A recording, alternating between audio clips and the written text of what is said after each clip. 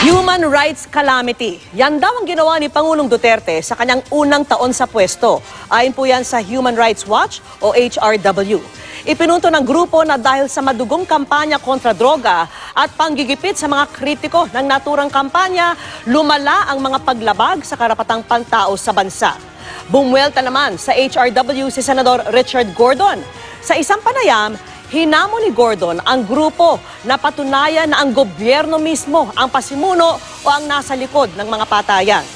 Samantala, hinamo naman ni Presidential Communications Secretary Martin Andanar si United Nations High Commissioner for Human Rights Zeid Ra'ad Al Hussein na pumunta rito sa Pilipinas para makita at maunawaan ang tunay na sitwasyon.